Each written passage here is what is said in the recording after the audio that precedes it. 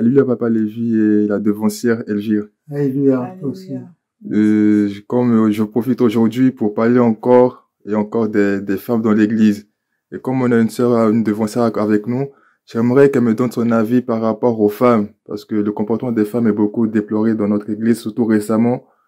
Et j'aimerais qu'elle me dise un peu son avis sur qu'est-ce que les femmes doivent, enfin, comment elle voit cette situation et comment cette situation pourrait s'arranger pour notre église. Je te remercie de la parole. Dans l'église actuellement, il y a beaucoup de changements. Quand nous, on était plus jeunes, plus petites, l'église, on avait reçu notre éducation. Déjà, comment on allait s'habiller pour venir à l'église, pour ceux qui sont de la chorale, le tricot en bas, et être toujours propre. Maintenant, pour les jeunes filles, il y a l'éducation qu'il faut, il faut pas mettre des vernis, se dépigmenter la peau, un accoutrement qui n'est pas correct, le pantalon en bas, l'église ne tolérait pas ça. Dans notre éducation, ce n'était pas correct. Ça veut dire que même dans la Bible, on nous dit qu'il faut éviter de mettre des vêtements d'hommes. Mais on nous demande aussi d'être discret, de mettre des parures discrètes, les cheveux, et si c'est trop long, mais il faut les couper, bien ajuster, les mèches. La Bible ne parle pas tellement de mèches, mais concernant l'église du christianisme, on nous demande d'éviter de mettre les mèches. Moi-même, quand j'étais petite, jeune, je n'en mettais pas ça, je ne le supportais pas. Mais quand je suis venue de ce côté où nous sommes en Europe, pour m'adapter un peu à cause de la quotidienneté, je mettais les mèches pour aller au travail. Mais je me sentais jamais à l'aise. Je savais qu'il y avait quelque chose qui n'allait pas avec ma personne personnellement, mais aussi avec l'éducation que l'église prône. L'église nous demande quand on vient à l'église, les chapeaux bien tirés, sans les mèches, parce que ça ne facilite pas aussi le rapport avec l'Esprit de Dieu. Ça crée beaucoup de... Moi, il y a aussi ma fille. Au départ, je lui faisais même les tresses avec le fil. Mais grandissant, pour avoir un peu plus de temps, être libre pour ne pas la tresser tous les jours, je lui faisais les mèches et je la laissais aller. Elle se sentait belle, mais je savais que ce n'était pas bien. Il fallait aussi agrandir la mesure du chapeau. Tu étais obligé de faire derrière la bande avec l'élastique.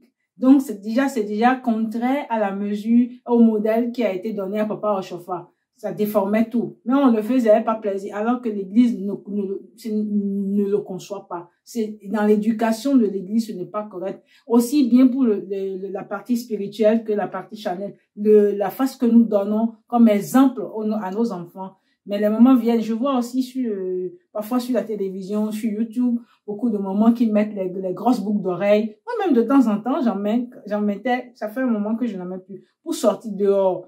Mais à l'église, quand tu les mets sur la soutane, tu mets ta chaîne du monde, non, les grosses chaînes, les perles de l'Afrique ou bien des trucs comme ça. Ça détonne un peu. Alors, les gens, j'ai eu à demander à beaucoup de gens pourquoi on me dit que mais à l'église, quand on va à l'église, on se fait belle. Il faut venir à l'église pour être belle, alors que dans la maison de Dieu, il faut être belle. Donc, il faut mettre ces trucs. Mais ce n'est pas la même chose. L'église du christianisme, c'est une discrétion, demande, parce que c'est une l'église où l'Esprit Saint travaille beaucoup. Il est vrai que Dieu existe, mais ce sont les hommes qui gâtent la réputation de l'église. Donc, il faut pas regarder le côté du comportement des hommes. Il faut nécessairement que nous revenons en arrière. J'ai fait l'effort sur ma personne et je vois que ça aide beaucoup l'Esprit de Dieu, la spiritualité. Ça te permet aussi de prier et d'être plus posé. Donc, je prône, je demande à tout un chacun de nous, à toutes les mamans, à toutes les jeunes filles qui veulent et qui sont dans l'église du christianisme, de faire un effort, que nous revenions en arrière pour donner une bonne image, pour faire voir aussi que notre église est une église révélée, aussi pour la réputation de l'église du christianisme, pour tout un chacun de nous. Merci. Voilà ce qu'elle a pu te dire. C'est ça. Moi, j'ai pas grand chose à dire, mais je crois qu'elle est femme, elle est dans la peau d'une femme, elle doit savoir. Parce que il y a beaucoup de choses, quand on retourne dans 1 Timothée 2, à partir des versets 8, 9, c'est expliqué là.